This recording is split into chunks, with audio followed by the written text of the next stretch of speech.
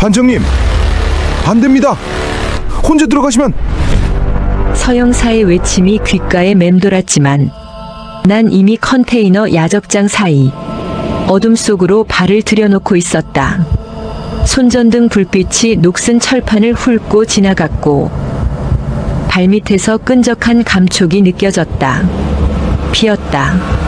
아직 채 마르지 않은 선명한 핏자국이 내 시야를 가득 채웠다. 이 자식, 아직 멀리 가지 않았어. 심장이 귀청을 울렸다. 손전등을 든 손에 땀이 배어들었다. 이 살인자를 놓치면 세 번째 시체를 마주하게 될 거란 걸 난 본능적으로 알고 있었다. 1996년 5월 18일 새벽 4시 32분 인천항 남한 컨테이너 야적장에 내가 처음 발을 디딘 건 지구대로부터 신고 접수를 받은 지 채 40분도 되지 않았을 때였다. 당시만 해도 휴대전화는 고위층이나 쓰는 사치품이었고 우린 삐삐의 의존의 현장을 뛰어다녔다.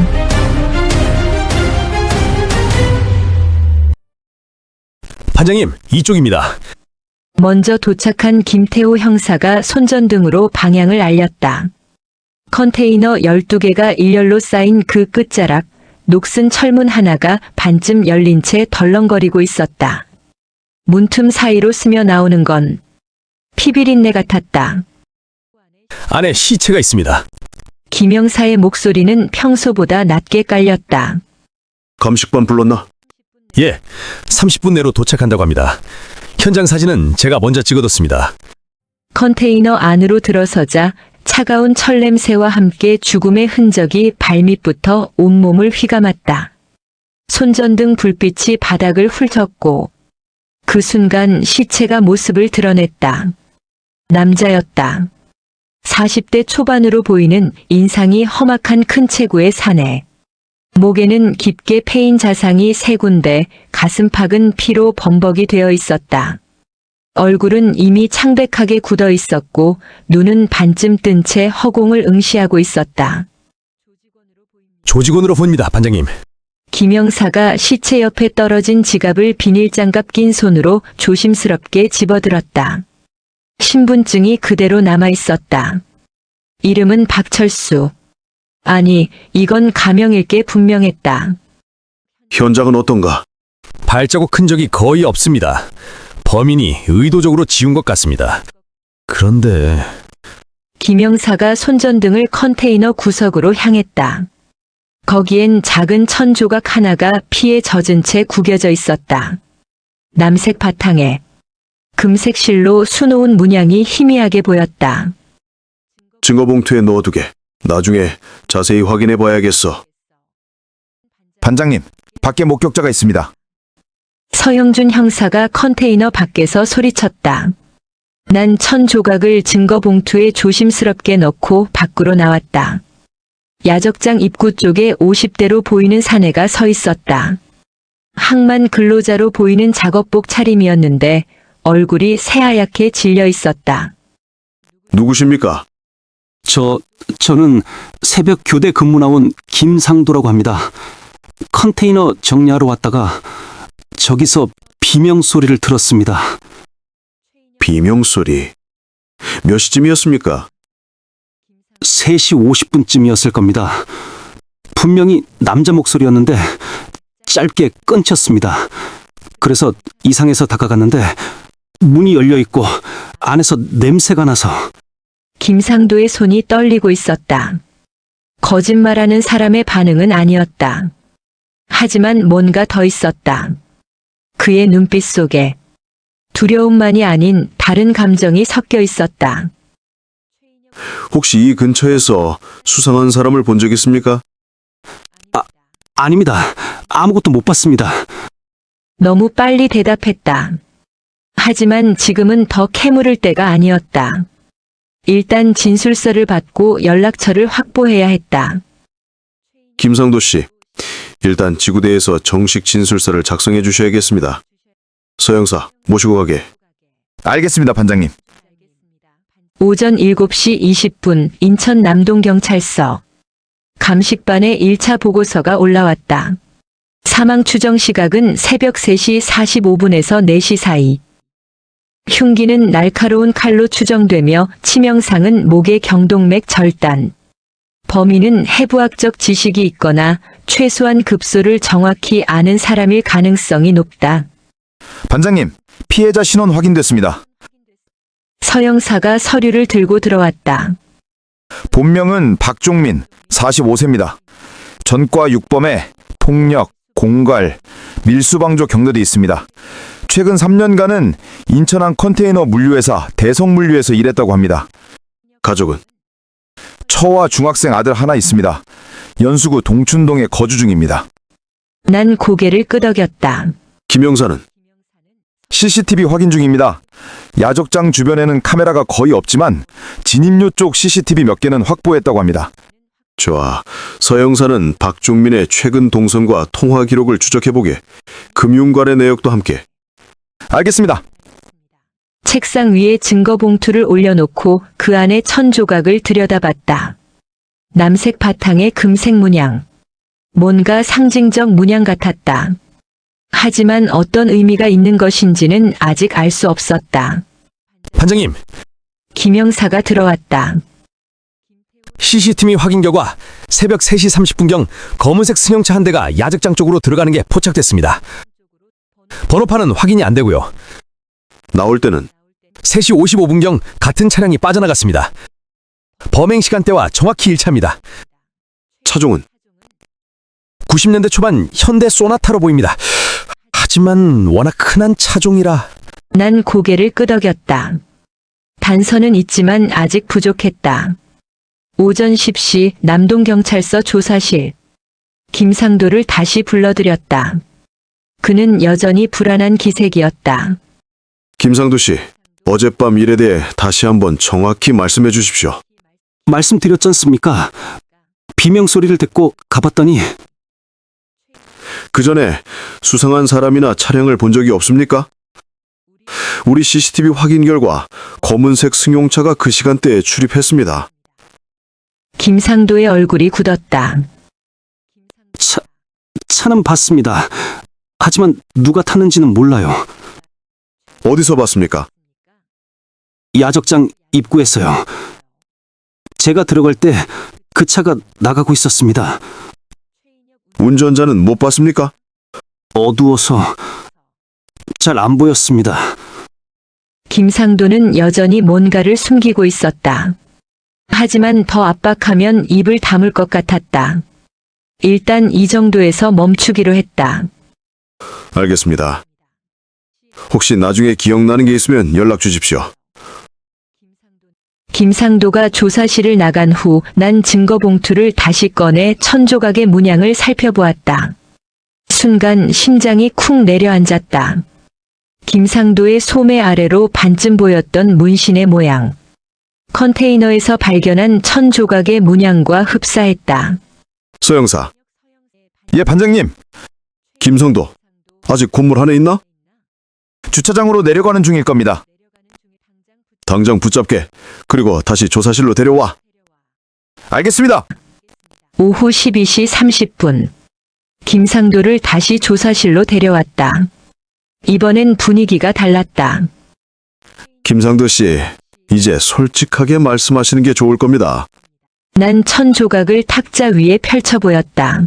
이 문양, 뭔 줄 아십니까? 김상도의 얼굴이 창백하게 변했다. 이건 김상도 씨, 지금 거짓말하시면 공범으로 몰릴 수도 있습니다. 살인사건입니다. 침묵이 흘렀다. 시계 초침 소리만이 조사실을 채웠고 한참을 지나서야 마침내 그가 입을 열었다. 그 문양은 인용파 조직 표식입니다. 인용파. 인천항을 거점으로 하는 밀수 조직입니다. 제가 5년 전까지 그 조직 말단이었습니다. 심장이 쿵 내려앉았다. 밀수 조직. 그렇다면 어젯밤 살해당한 박종민도 죽은 박종민, 알고 있었죠? 예, 알고 있습니다. 그 사람은 인용파 중간 간부였습니다. 항만 물류 라인을 담당했죠. 그 사람 왜 죽었을까요? 김상도가 고개를 저었다. 확실하진 않습니다. 하지만 최근 조직안이 뒤숭숭했습니다.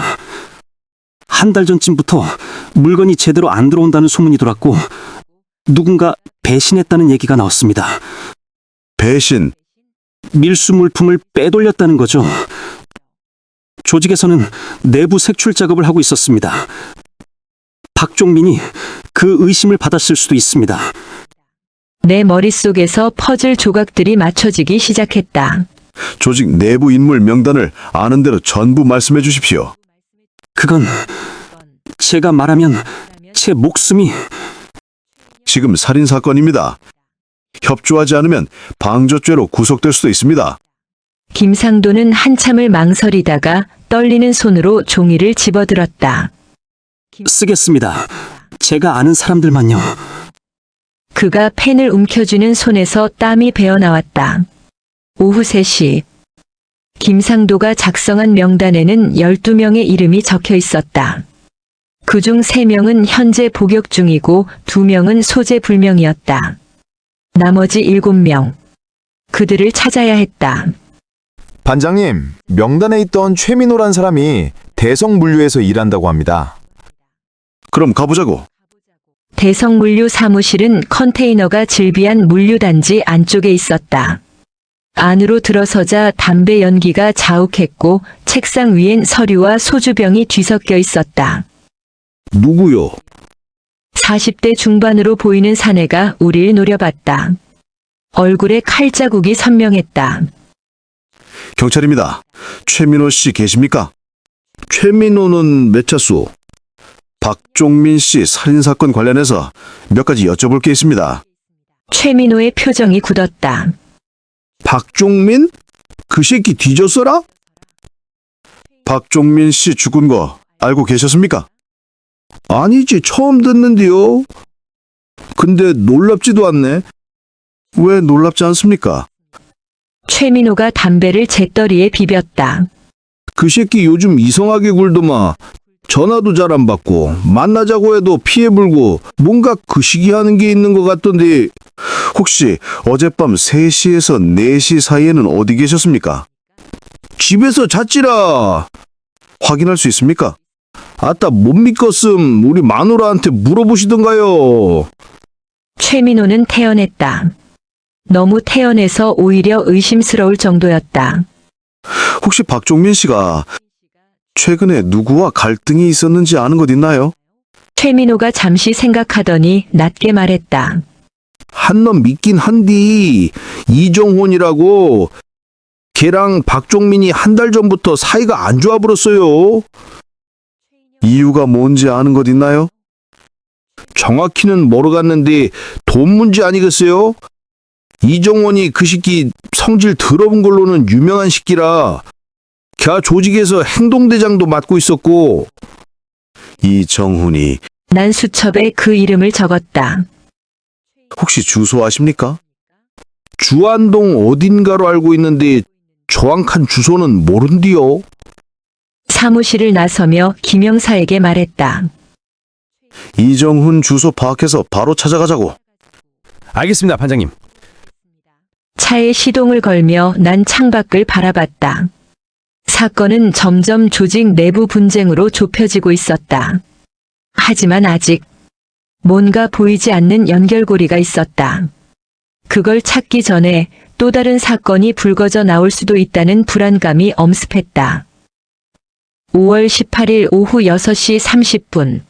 이정훈의 주소를 확인하는 데만 3시간이나 걸렸다. 조직원들은 주민등록상 주소와 실거주지가 다른 경우가 많았다. 결국 김상도의 추가 진술과 지역 파출소 협조로 어느 동네 연립주택 3층이라는 걸 확인했다. 반장님, 저 건물입니다. 페인트가 벗겨진 낡은 3층 건물. 계단을 올라가는데 복도 형광등이 깜빡거렸다. 303호 앞에 섰다. 현관문 틈 사이로 불빛이 새어나오고 있었다. 누군가 집에 있는 것 같았다. 초인종을 눌렀다. 응답이 없었다. 이정훈 씨, 경찰입니다. 문 열어주십시오. 여전히 대답이 없었다. 하지만 안에서 뭔가 움직이는 기척이 느껴졌다. 다시 한번 초인종을 눌렀다. 이정훈 씨, 박종민 씨 사건 관련해서 몇 가지 여쭤볼 게 있습니다. 문 열어주시면. 그때였다. 안에서 무언가 넘어지는 소리가 들렸다. 최인혁 이정훈 이정훈 씨. 씨. 더 이상 기다릴 수 없었다. 김영사, 차에 가서 연장 좀 가져와. 서영사가 가져온 쇠지렛대로 문고리를 떼어내고 안으로 들어갔다. 안으로 뛰어들어가자 거실 바닥에 깨진 소주병과 핏자국이 흩어져 있었고 거실 끝 안방 쪽에서 신음소리가 들려왔다. 방문을 벌컥 열자 침대 위에 한 남자가 쓰러져 있었다. 손목에서 피가 흘러내리고 있었다. 이정훈 씨, 남자는 대답 대신 헛웃음을 흘렸다. 입술이 파랗게 질려 있었다. 면도칼이 바닥에 떨어져 있었다. 서영사, 119 불러. 난 재빨리 이정훈의 손목을 붙잡고 수건으로 지혈했다. 맥박이 약하게 뛰고 있었다. 왜 이런 짓을 한 겁니다? 이정훈이 나를 바라봤다. 그의 눈에는 공포가 가득했다. 늦었어. 이미 늦었다고. 무슨 소리입니까? 대체 무슨 일이? 박종민, 그 새끼 때문이야. 다 엉망이 됐어. 박종민이 뭘 했습니까? 이정훈의 입에서 피 섞인 침이 흘러나왔다. 그 자식 욕심 때문에. 그런데 그 자식이 배신자는 아니라고. 그 순간 현관 쪽에서 발소리가 들렸다. 119 구급대원들이었다. 비켜주십시오. 구급대원들이 응급처치를 시작했다. 이정훈은 의식을 잃었다. 출혈이 심해서 즉시 병원으로 이송해야 합니다. 어느 병원으로 갑니까? 저희도 곧 따라가겠습니다. 구급차가 출발하는 동안 난 이정훈의 방을 둘러봤다. 책상 위엔 술병과 잿더리 그리고 찢어진 사진 한 장이 놓여 있었다. 사진을 집어들었다.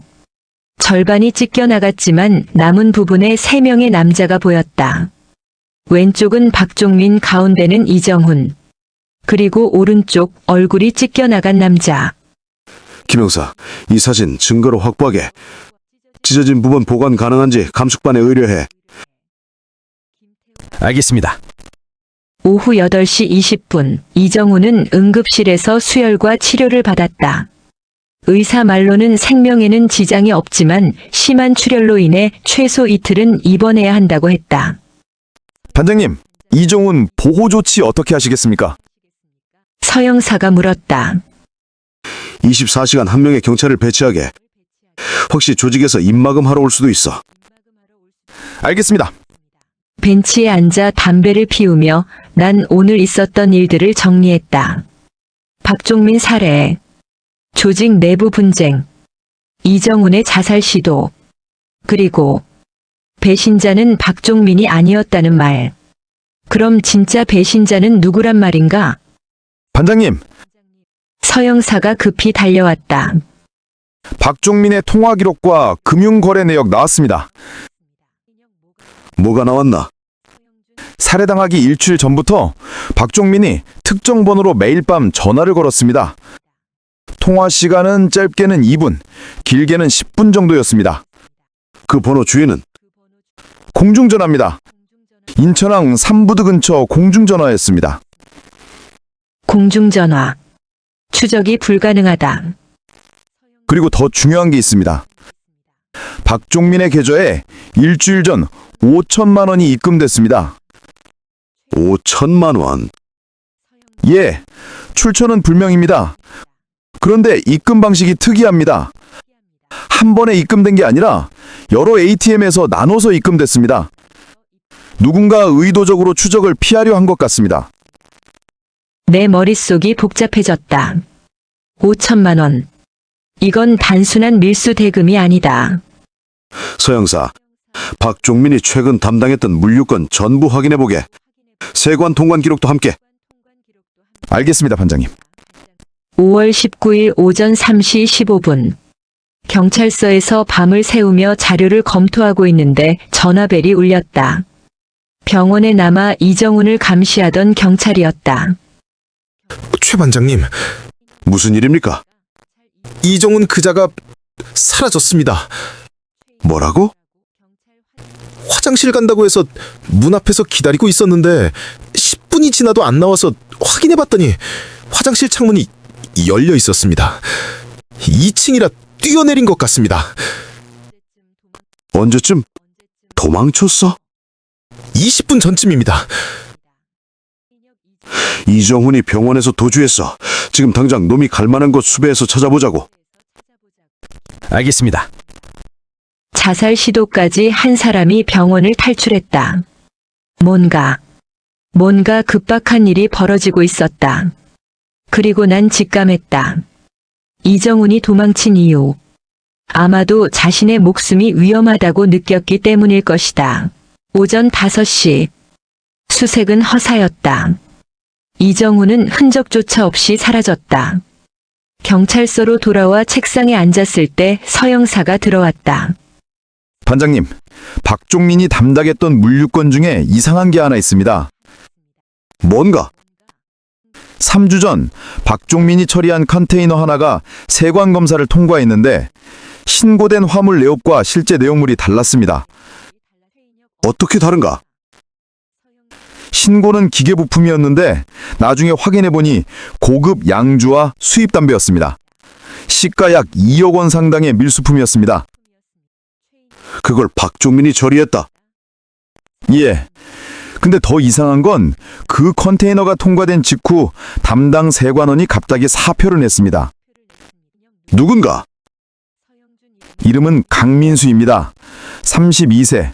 세관에서 8년 근무했는데 아무 이유 없이 퇴사했다고 합니다. 강민수. 또 다른 연결고리였다. 그 강민수 지금 어디 있나? 주소는 파악했습니다. 퇴사 후에는 특별한 직업 없이 지내는 것으로 보입니다. 당장 가자. 복도를 뛰어내려가며 난 직감했다. 이 사건의 열쇠를 쥔 사람. 강민수일지도 모른다는 걸. 그리고 만약 내 예감이 맞는다면 이정훈도 지금 그곳으로 향하고 있을 것이다. 아니, 어쩌면 이미 늦었을지도 모른다. 5월 19일 오전 7시 40분 강민수의 아파트 앞에 도착했다. 9층 건물의 7층. 이른 아침이라 복도는 조용했다. 703호. 서영사가 앞장서서 걸어갔다. 하지만 난 몇 걸음 앞에서 멈춰섰다. 뭔가 이상했다. 현관문이 살짝 열려 있었다. 서영사, 잠깐. 손을 들어 제지하고 난 천천히 문 쪽으로 다가갔다.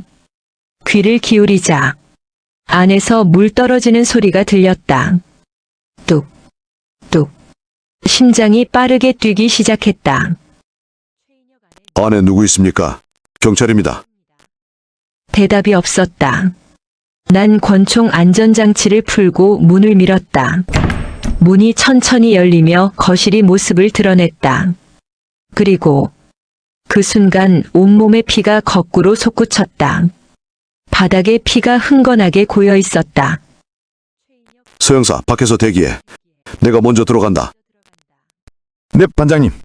권총을 앞으로 향한 채 난 조심스럽게 안으로 들어갔다. 피는 주방 쪽에서 흘러나오고 있었다.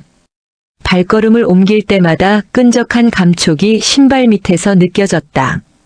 그리고 주방 문을 열자 젠장. 강민수였다. 아니, 강민수였던 것. 그는 식탁 옆에 쓰러져 있었고 가슴과 배에 여러 군데 칼자국이 나 있었다.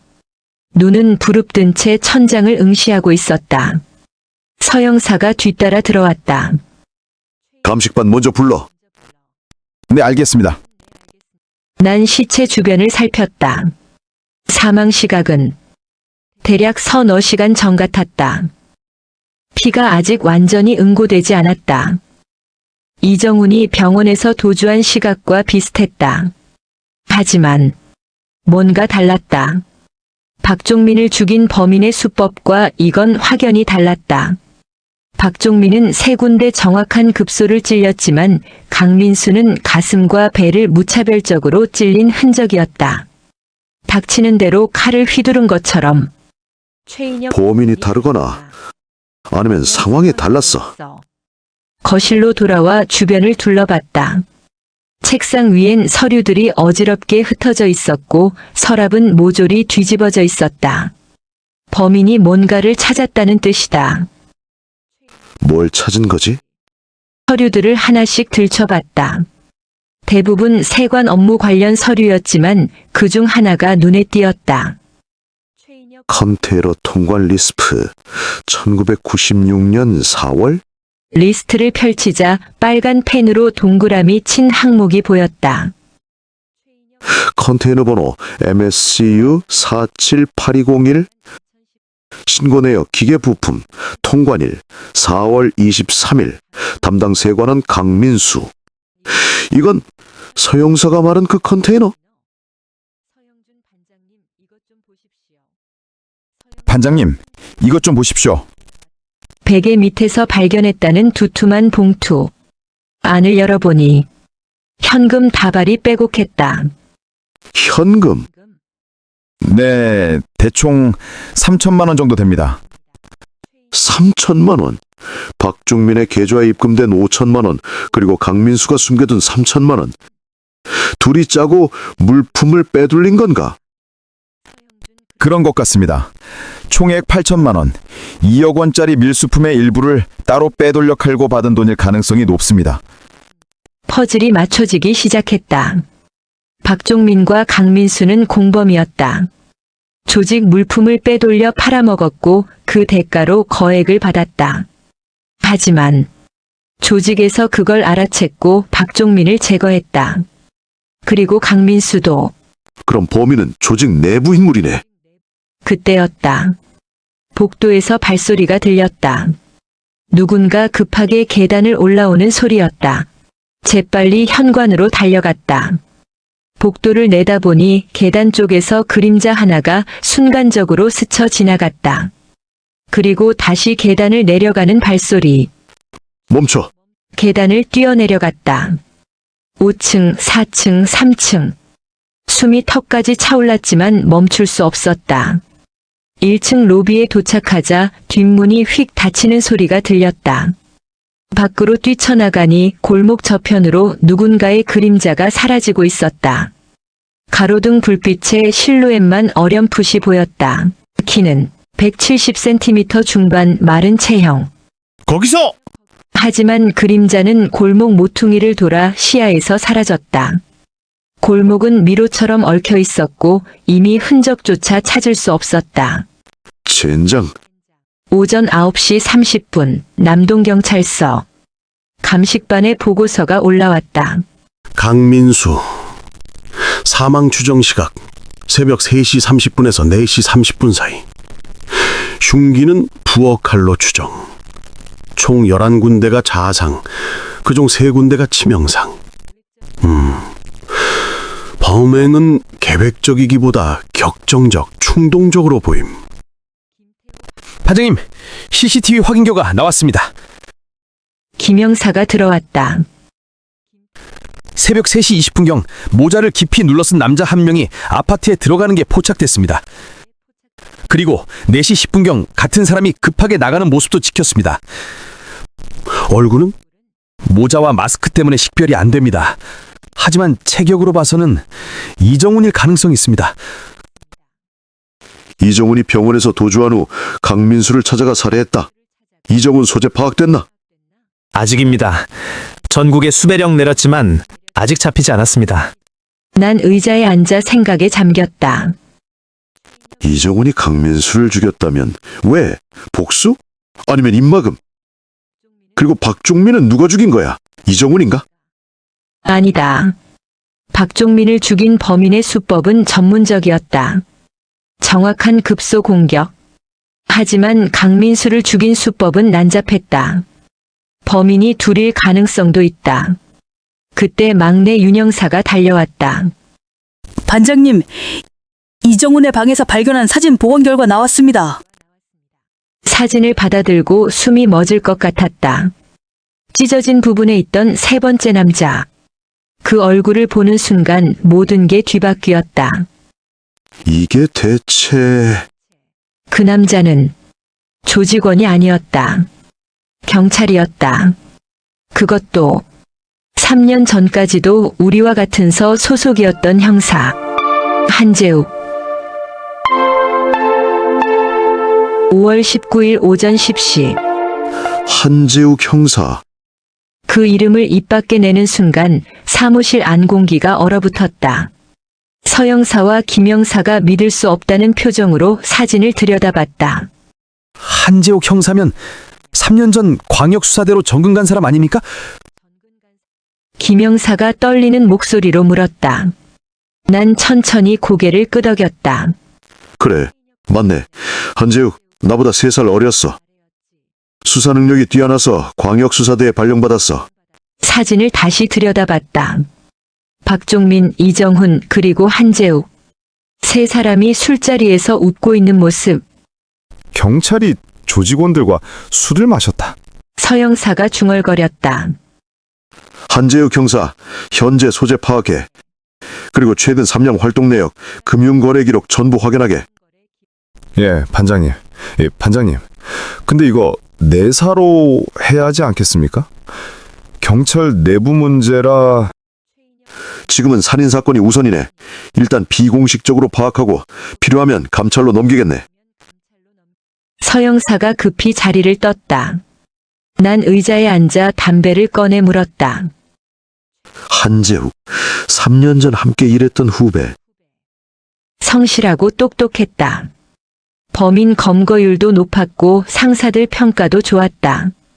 그래서 광역수사대로 발탁된 것이었다. 하지만 그가 조직과 연결되어 있었다니.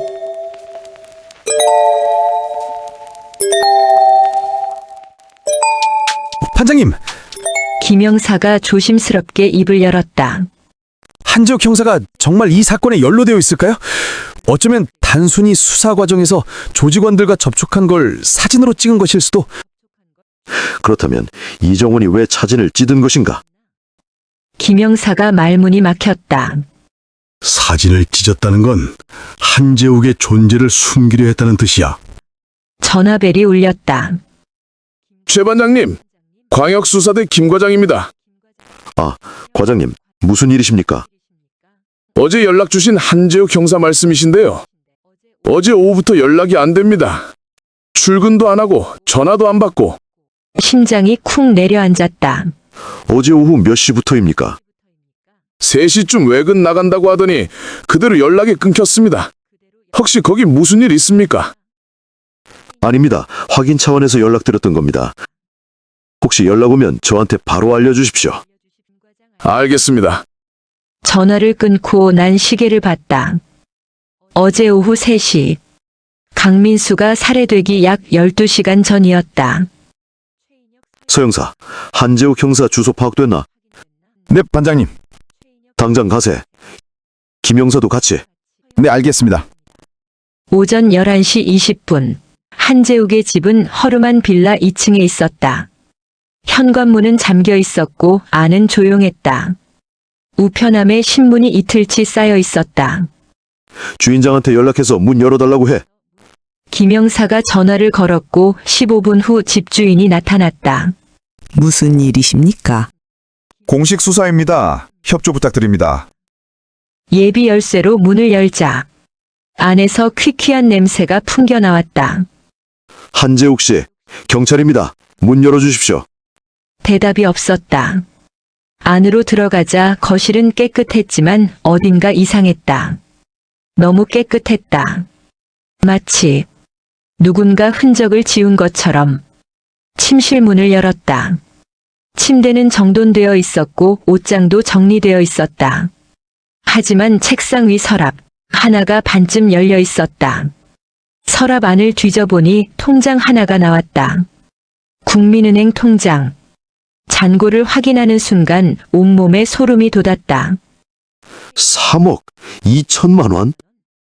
형사 월급으론 절대 모을 수 없는 금액이었다. 그것도 최근 1년 사이에 여러 차례 나눠 입금된 흔적이 있었다. 입금 내역을 자세히 보니 모두 현금 자동입금기에서 처리됐다. 추적을 피하기 위한 방법이었다. 반장님, 이것 좀 보십시오. 서영사가 옷장에서 뭔가를 꺼내들었다. 검은색 비닐봉투. 안을 열어보니 일용파 조직 표식이 새겨진 1000조각이 들어있었다. 똑같은 문양. 컨테이너에서 발견한 그 1000조각과 동일했다. 한재욱이 이걸 왜 가지고 있는 거야? 모든 게 명확해졌다. 한재욱은 경찰이면서 동시에 일용파 조직의 뒷배였다. 밀수 정보를 빼돌리고 단속을 피해가도록 도와주고 그 대가로 거액을 받은 것이다. 그럼 박종민과 강민수를 죽인 것도 아직 확실하진 않아. 하지만 그때 김영사가 창밖을 보다가 외쳤다. 반장님, 저기요! 창문으로 다가가 보니 골목 건너편에 누군가 서 있었다. 모자를 깊이 눌러 쓴 사내. 그가 우리를 올려다보고 있었다. 이정훈이었다. 난 재빨리 현관으로 뛰어나갔다. 계단을 2계단씩 뛰어내려가 골목으로 나가자 이정훈은 이미 도망치고 있었다. 멈춰, 이정훈. 하지만 그는 뒤도 안 돌아보고 골목 안쪽으로 사라졌다. 뒤쫓아 달렸다. 숨이 가빠왔지만 멈출 수 없었다. 골목을 3번 돌아 좁은 시장 골목으로 접어들었다. 시장이었다. 상인들이 놀라 비켜섰고 좌판이 넘어지며 과일이 바닥에 쏟아졌다. 이정훈은 시장 끝쪽으로 달려가더니 낡은 건물 안으로 뛰어들었다. 폐건물이었다. 1층 로비는 어두컴컴했고 계단 쪽에서 발소리가 울렸다. 이정훈, 더 이상 도망칠 곳 없어. 2층으로 올라가자 복도 끝에 이정훈이 서 있었다. 손엔 칼이 들려 있었다. 가까이 오지 마. 칼 버려. 지금 투항하면 참작해 줄 수 있다. 닥쳐. 당신들은 아무것도 몰라. 이정훈의 목소리는 떨리고 있었다. 뭘 모른다는 거야? 말해봐. 박종민과 강민수를 죽인 게 아니야? 아니야. 난 아니라고. 그럼 누가 죽인 거야? 이정훈이 고개를 저었다. 강민수는 제가 죽였어요. 하지만 박종민은 아니에요. 왜 강민수를 죽였어? 그 새끼가 박종민이랑 짜고 조직 물건을 빼돌렸다고. 그것 때문에 다 엉망이 됐어. 나도 죽을 뻔했다고. 누가 널 죽이려 했어? 한재욱이가. 심장이 멎는 줄 알았다. 한재욱이 박종민을 죽였나? 그래요. 박종민이 배신했다는 걸 알고 한 형사가 직접 처리했다고요. 그리고 나한테도 강민수를 죽이라고 협박했다고요. 안 그러면 나도 죽인다고. 그래서 강민수를 죽인 거야? 이정훈이 주저앉으며 울기 시작했다. 저는 살고 싶었어요. 무서웠어요. 그때였다. 뒤에서 박수 소리가 들렸다. 짝짝짝. 돌아보니 계단 입구에 한 남자가 서 있었다. 한재욱이었다. 잘 한재욱 설명해줬네, 이정훈. 네 덕분에 내가 내 할 말이 덕분에 내가 할 줄었어. 말이 줄었어. 한재욱은 웃고 있었다. 하지만 그 눈빛은 차갑게 얼어붙어 있었다. 한재욱. 오랜만이야, 최 반장. 그동안 잘 지냈어? 손에 권총이 들려 있었다. 총구가 나를 향하고 있었다. 이제 몽땅 정리할 시간이야. 총구가 나를 향하고 있었다. 하지만 난 움직이지 않고 한재욱의 눈을 똑바로 바라봤다. 3년 전 함께 술잔을 기울이던 그 후배의 눈이 이제는 낯설었다. 한재욱. 총 내려. 미안하지만 그럴 수 없어, 반장님. 여기서 끝내야 해. 왜 이런 짓을 하는 겁니까? 한재욱이 피식 웃었다. 왜? 반장님도 알잖아요. 우리 월급으로는 만족하기 어렵다는 거. 그래서 조직과 손을 잡았나? 5년 전 밀수단속 작전에 투입됐을 때 제안이 하나 왔죠. 한 달에 500만 원씩 주겠다고, 단속 정보만 흘려달라고. 한재욱의 목소리에는 후회가 없었다. 오직 냉소만이 담겨 있었다. 처음엔 거절했죠. 하지만 집에 돌아왔을 때 아내가 병원비 고지서를 들고 울고 있더라고요. 그때 무너졌어요. 그래서 사람까지 죽였어? 박종민 그 새끼가 배신했어요. 밀수 물품을 빼돌려서 따로 팔았죠. 2억 원짜리 물건을 빼돌렸죠. 조직에선 모르고 나도 나중에 알았고. 한재욱의 얼굴이 일그러졌다. 5년 동안 내가 얼마나 위험을 무릅쓰고 이 일을 해왔는데 나를 배신해? 그래서 죽인 거야? 그래요.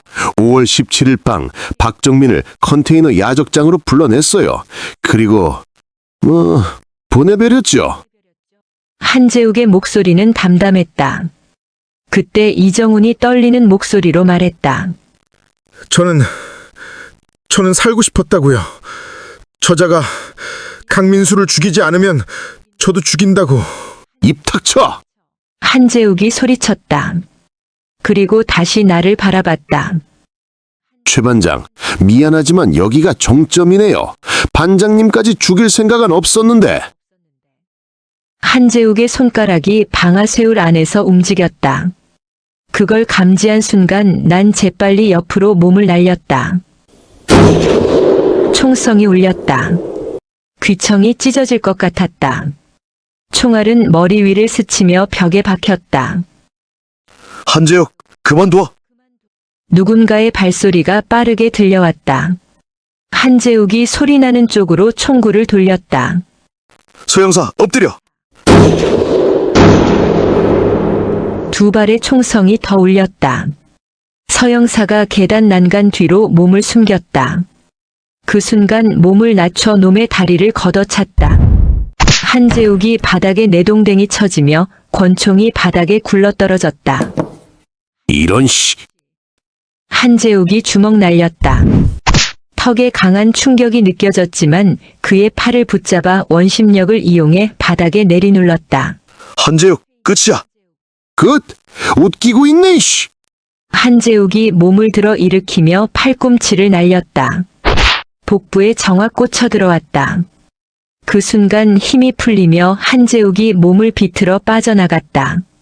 서영사가 재빨리 달려와 한재욱의 다른 쪽 팔을 붙잡았다. 하지만 한재욱은 경찰 특공대 출신이었다. 그의 팔꿈치가 다시 서영사의 얼굴을 가격하고 발로 무릎을 걷어찼다. 서영사가 쓰러졌다. 한재욱이 바닥에 떨어진 권총을 집으려고 몸을 숙이는 순간 온 힘을 짜내 그의 다리를 붙잡았다. 한재욱이 다시 내 얼굴을 걷어찼다. 순간 코에서 피가 터져 나왔다. 시야는 흐려졌지만 손은 놓지 않았다. 야, 한영사! 한재욱이 돌아봤다. 이정훈이 총을 겨누고 있었다. 야, 이정훈, 넌 쏘지 못해. 군대도 못 갔다 온 놈이잖아. 난 겁쟁이가 아니야. 이정훈의 손이 떨렸다. 땀이 얼굴을 타고 흘러내렸다. 방아쇠에 손가락이 걸렸고 하지마, 이정훈! 내가 소리쳤다. 하지만 총알은 빗나가 옆 바닥이 파이며 먼지가 피었다. 재바르게 한재욱이 이정훈에게 달려들었다. 주먹은 이정훈의 얼굴을 강타했고 이정훈은 벽에 부딪히며 마닥에 쓰러졌다. 모질이 새끼. 한재욱이 총을 집어들려는 순간 밖에서 사이렌 소리가 들렸다. 경찰차였다. 김영사가 지원 요청을 한 것이다. 한재욱의 얼굴이 일그러졌다. 이런 씨, 젠장할. 그는 창문 쪽으로 달려갔다. 창문을 부수고 비상계단으로 뛰어내렸다. 포기해! 비틀거리며 일어나 창문으로 다가갔다. 한재욱이 비상계단을 타고 1층으로 내려가고 있었다. 오후 1시 40분. 추격전은 시가지 전체로 확대됐다. 한재욱은 택시를 탈취해 도주했고 우리는 순찰차로 뒤를 쫓았다. 반장님, 저 택시 인천항 쪽으로 가고 있습니다. 김영사가 소리쳤다. 인천항. 모든 게 시작된 곳이다. 택시는 항만 야적장 입구에서 멈췄다. 한재욱이 뛰어내려 컨테이너 사이로 사라졌다. 우리도 차에서 내려 뒤쫓았다. 한재욱, 더 이상 도망칠 곳 없어. 컨테이너 미로 속으로 들어갔다. 녹슨 철 냄새와 바다 내음이 섞여 코를 찔렀다. 저 멀리 컨테이너 꼭대기에 한재욱이 서 있었다. 손에 권총을 들고 나를 내려다보고 있었다. 최 반장, 끝까지 잘난 척하네, 이 영감탱이가. 내려와 한재욱. 너도 알잖아. 이제 끝인 거. 끝 같은 소리 하네. 난 아직 끝나지 않았어. 또다시 총구가 나를 향했다.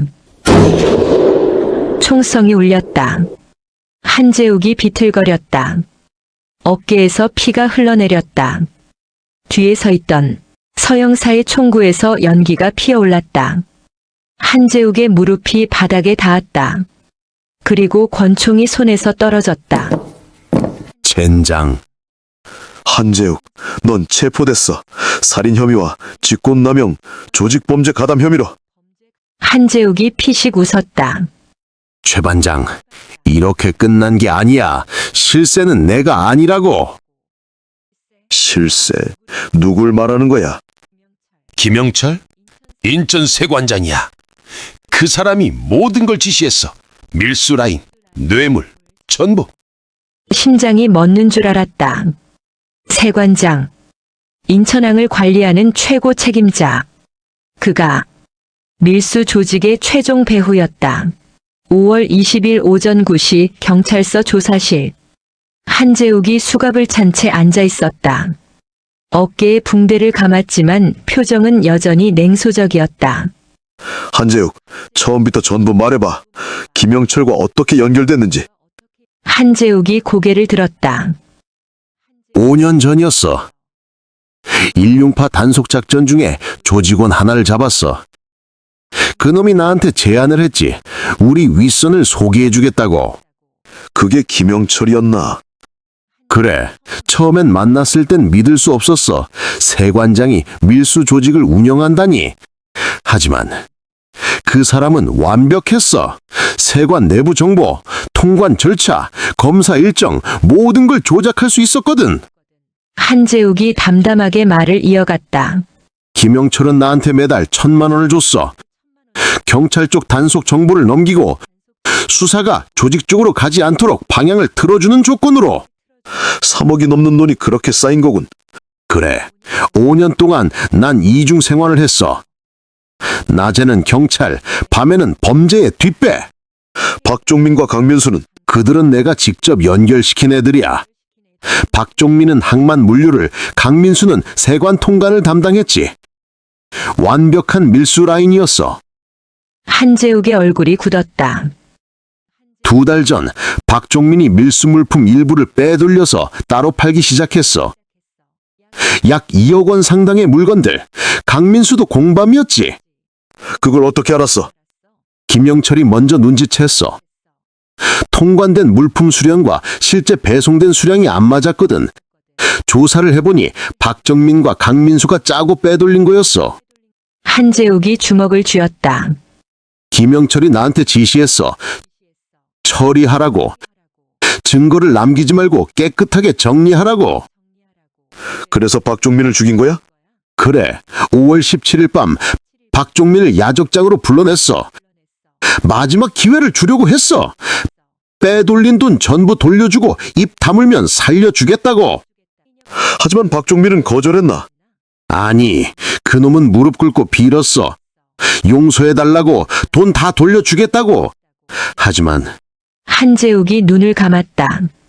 김영철은 이미 결정을 내렸어. 박종민은 제거 대상이었지. 그래서 3번 깔끔하게. 조사실에 침묵이 흘렀다. 강민수는 이정훈이 죽였다고 했는데 왜 이정훈한테 시켰어? 이정훈은 내 연락처기였어. 하지만 박종민이 죽고 나서 겁을 먹고 흔들리기 시작했지. 그래서 강민수를 죽이게 해서 공범으로 만들려고 했어.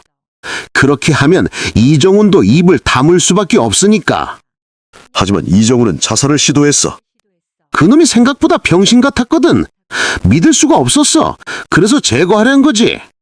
한재욱이 고개를 들어 나를 바라봤다. 최 반장, 이제 알겠어? 난 톱니바퀴였을 뿐이야. 진짠 영철이야. 한재욱의 진술을 바탕으로 우리는 김영철 세관장에 대한 수사에 착수했다. 반장님, 김영철의 금융거래 내역 확보했습니다. 서영사가 두꺼운 서류 뭉치를 들고 들어왔다. 최근 5년간 대략 50억 원이 넘는 자금이 여러 계좌로 분산돼서 입금된 걸 확인했습니다. 출처는 대부분 불명이고 현금 입금이 대부분입니다. 50억. 그리고 이것 좀 보십시오. 서영사가 또 다른 서류를 펼쳤다. 김영철 명의로 된 부동산이 서울 강남에 3채, 인천에 2채, 그리고 제주에 별장 하나가 있는 걸 확인했습니다. 시가로 총액이 80억 정도로 예상됩니다. 세 과장 월급으로는 절대 모을 수 없는 액수군. 예, 그렇습니다. 그리고 김영철의 아들이 지난해 미국 유학을 갔는데 학비와 생활비로 매달 1,000만 원 정도씩 송금한 기록도 확보된 상태입니다. 증거는 충분했다. 이제 김영철을 체포할 시간이었다. 서영사, 검찰의 구속영장 청구해. 김영사는 세관에 가서 김영철 동선 파악하게. 알겠습니다. 인천 세관, 김영철 세관장실. 문을 두드리자 안에서 중후한 목소리가 들렸다. 들어오세요. 문을 열고 들어가자 50대 후반으로 보이는 사내가 책상 뒤에 앉아 있었다. 단정한 양복 차림에 금태 안경을 쓴 그는 전형적인 고위 공무원의 모습이었다. 경찰입니다. 김영철 세관장님이십니까? 그렇습니다만 무슨 일이십니까? 난 구속영장을 꺼내 책상 위에 놓았다. 김영철 세관장, 당신을 밀수조직 운영, 뇌물수수, 직권남용 혐의로 체포합니다. 그리고 당신의 금융거래 내역, 부동산 취득 내역, 모든 증거가 충분히 확보됐습니다. 김영철이 천천히 일어섰다. 변호사를 부르겠습니다. 그러십시오. 하지만 지금 당장 동행하셔야 합니다. 서영사가 수갑을 꺼냈다. 김영철은 순순히 손을 내밀었다. 이제 끝입니다, 김영철. 당신의 범죄는 전부 밝혀질 겁니다. 김영철을 호송차에 태우며 난 인천항을 바라봤다. 컨테이너들이 햇빛에 반짝이고 있었다. 5년 동안 이 항구를 통해 얼마나 많은 밀수 물품이 들어왔을까? 그리고 얼마나 많은 사람들이 고통받았을까? 이제 그 어둠에 빛이 비추기 시작했다. 5월 21일 오전 10시 남동경찰서 조사실. 김영철이 앉아 있었다. 수갑을 찬 손은 탁자 위에 놓여 있었고 표정은 담담했다. 5년간 밀수 조직을 운영한 거물답게 그는 전혀 동요하지 않았다. 김영철, 당신이 한 일을 전부 자백하시는 게 좋을 겁니다. 자백할 게 없습니다. 한재욱이 뭐라고 하든 그건 그의 일방적 주장일 뿐입니다. 증거가 있습니다. 당신의 금융거래 내역, 한재욱과의 통화 기록, 그리고 난 서류 하나를 꺼내 탁자 위에 놓았다. 이정훈의 진술서입니다. 그는 당신을 직접 만난 적이 있다고 했습니다. 김영철의 표정이 미세하게 흔들렸다. 3개월 전 당신은 이정훈을 부평의 한 호텔 커피숍에서 만났고 그리고 한재욱을 잘 보좌하라고 지시했죠. 그건 거짓말입니다. 호텔 CCTV에 당신이 찍혀 있습니다. 그리고 이정훈과 마주 앉아 대화하는 장면도요. 김영철이 입을 다물었다. 김영철, 이제 끝입니다. 당신이 아무리 부인해도 증거는 차고 넘칩니다. 침묵이 흘렀다. 김영철은 창밖을 바라보며 천천히 입을 열어. 좋습니다. 말하죠. 어차피 이제 숨길 것도 없으니까. 15년 전이었습니다. 제가 인천세관 과장으로 있을 때 한 무역업자가 저를 찾아왔습니다. 밀수 물품 통관을 도와달라고 했죠. 그때부터 시작된 겁니까? 처음엔 거절했습니다. 하지만 그 사람이 제안한 금액이 너무 컸어요. 한 번에 5천만 원. 당시 제 연봉의 2배였습니다. 김영철이 손으로 얼굴을 감쌌다. 한 번만 하고 그만두려고 했습니다. 하지만 돈의 맛을 알고 나니 멈출 수가 없었어요. 그렇게 10년이 흘렀고 어느새 저는 세관장이 되어 있었습니다.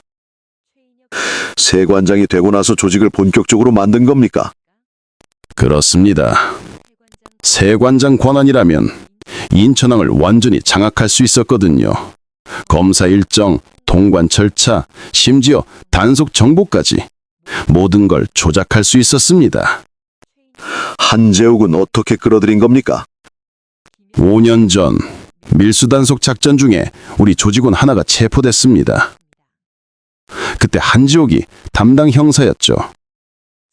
제가 직접 만나서 제안했습니다.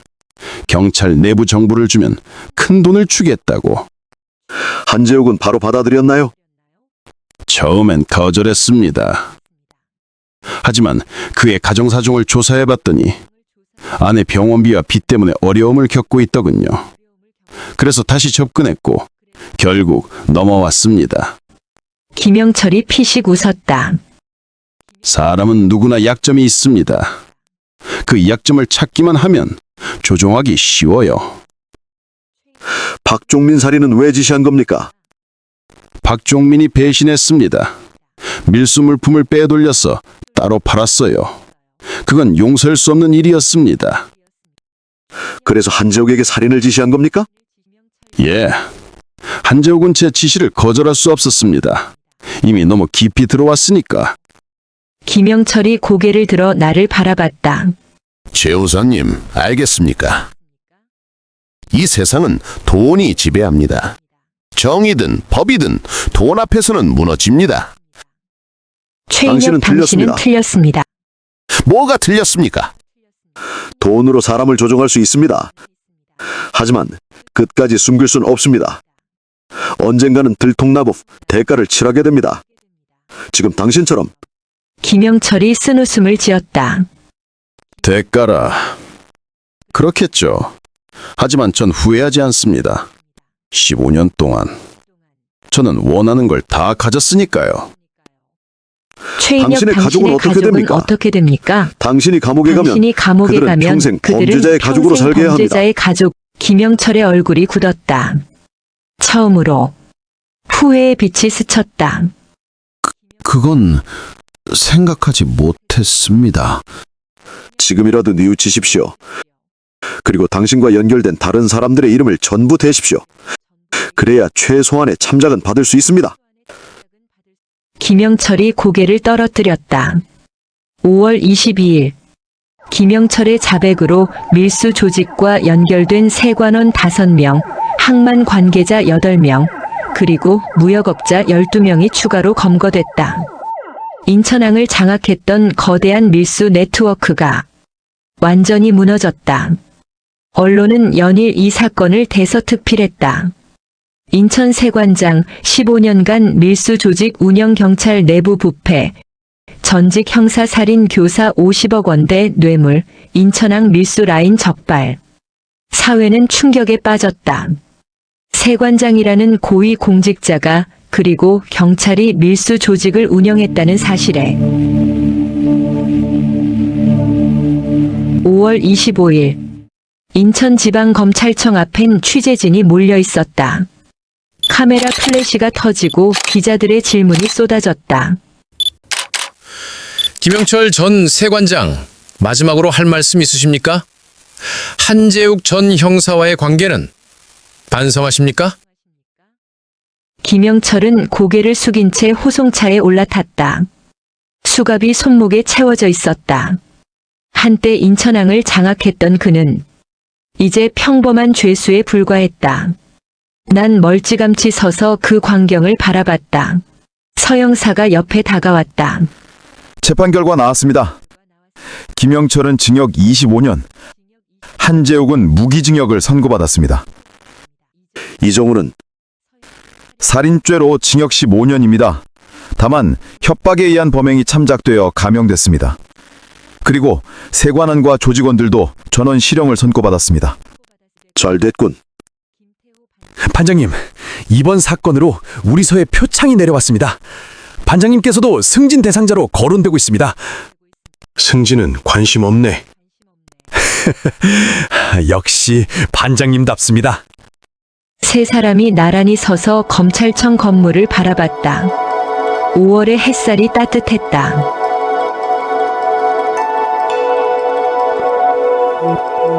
한재욱의 마지막 말이 귓가에 맴돌았다.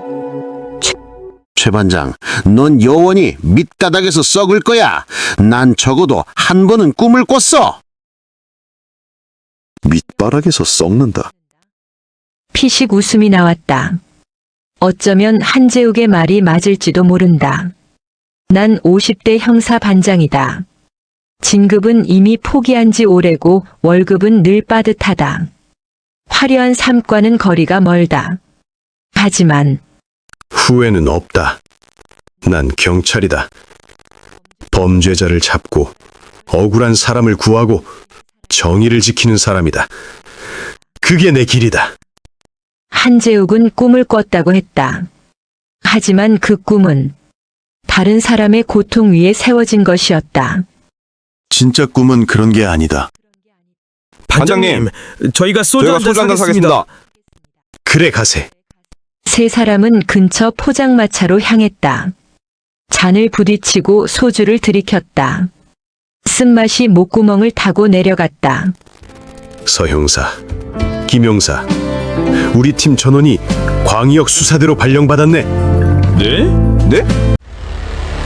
신문지로 사람을 죽였단 말이야? 라디오 형사반장. 다음 화부터는 광역수사대로 간 최 반장의 활약이 이어집니다. 이야기가 재미있으셨다면 좋아요, 구독 부탁드립니다.